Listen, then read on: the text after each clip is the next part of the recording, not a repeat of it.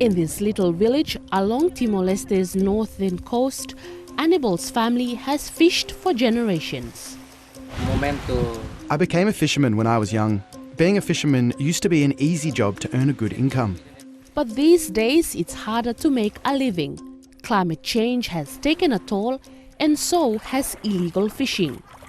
The village is less than 20 kilometers from the Indonesian border, and there's no formal maritime boundary between the two countries. The reefs have been damaged and there's illegal fishing from people who come and fish in vehicle without permission from the government. The Pacific is often thought of as small islands, but really they are vast ocean states responsible for governing some of the world's most abundant marine territories. The ocean is a vital livelihood for the Pacific. Protecting it from illegal, unreported and unregulated fishing, or more simply, IUU fishing, is a big task.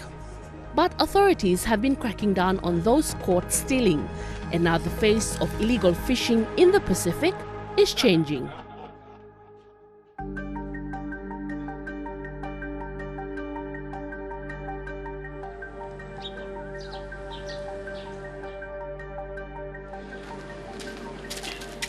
My name is Arif Yuga Arianto.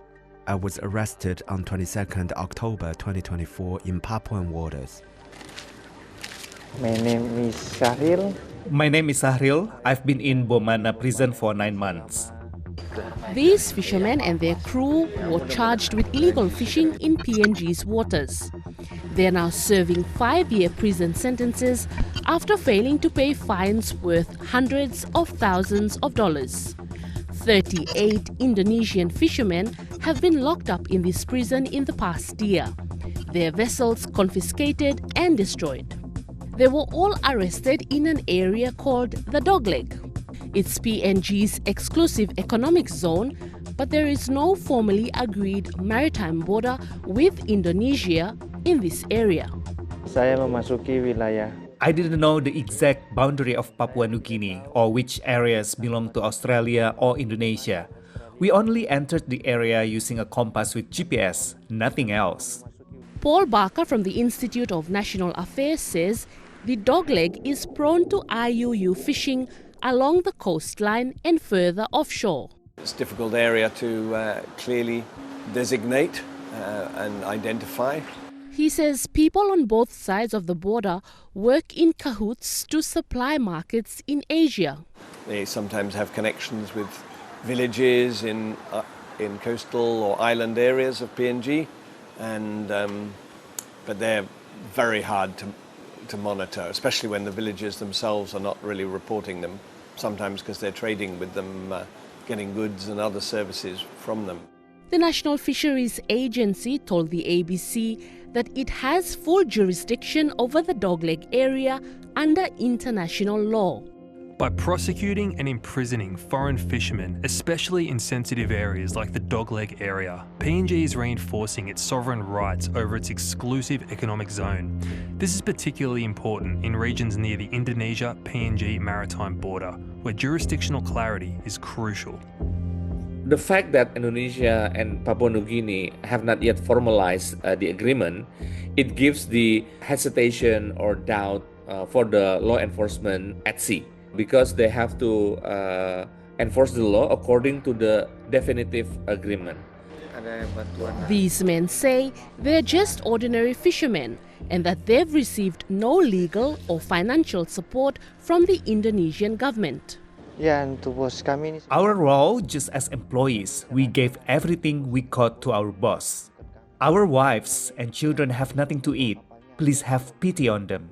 I hope the Indonesian government or President Prabowo Subianto is willing to negotiate my case with the government of Papua New Guinea. The Indonesian embassy did not respond to our questions.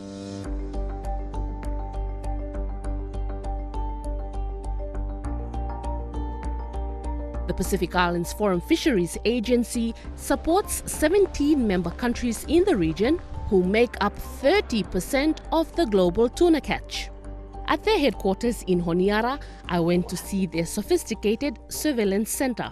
So what you're seeing there is every vessel which is transmitting on AIS. It's an automated information system, so it's a tracking system. From this room, they've got eyes on a gigantic area of the Pacific Ocean. One of the challenges is just the enormity of the Pacific, and our area of operation, what we're trying to surveil and conduct counter IU operations is 30 million square kilometres.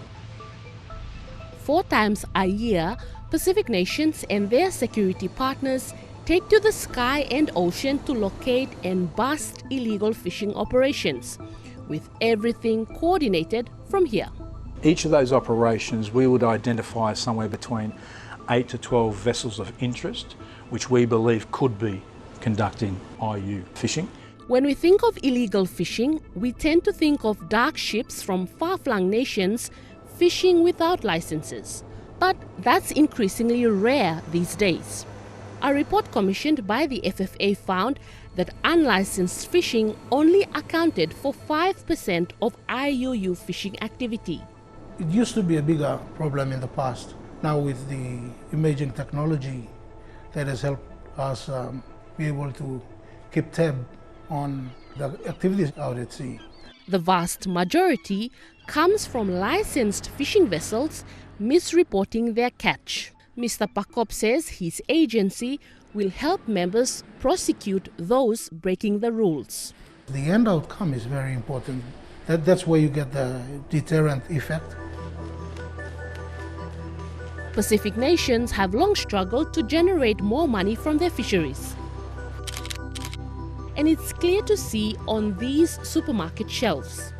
A lot of this tuna is caught in the Pacific and processed elsewhere, only to be re-imported in cans. In fact, 60% of global tuna stocks are found in Pacific waters. Yet Pacific Island nations capture less than 10% of the final market value. But under the East New Britain initiative, FFA members are increasing regional processing. Just imagine those catch are processed within and exported out of the country. The returns coming from that will double, will triple in many different forms.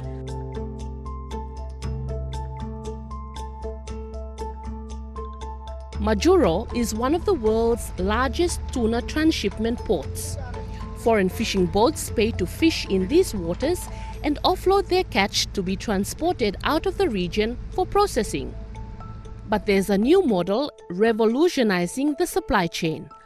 Pacific Islands Tuna is a government venture employing local fishing crews who operate under strict catch reporting standards. We're cutting out the middleman and selling the product directly to the retailers. And the retailers are happy to support the program because they know that the benefits are going directly to the resource owners.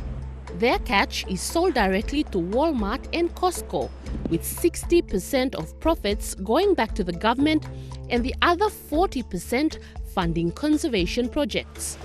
Currently, their tuna processing is in Thailand, but there's plans to bring this to the Pacific under the East New Britain initiative. We are scoping out the canneries in PNG to see who we can partner up with. Models like this one are seen as a paradigm shift happening in the region where Pacific nations are taking more control and ownership over the value chain, from the depths of the ocean to the supermarket shelves.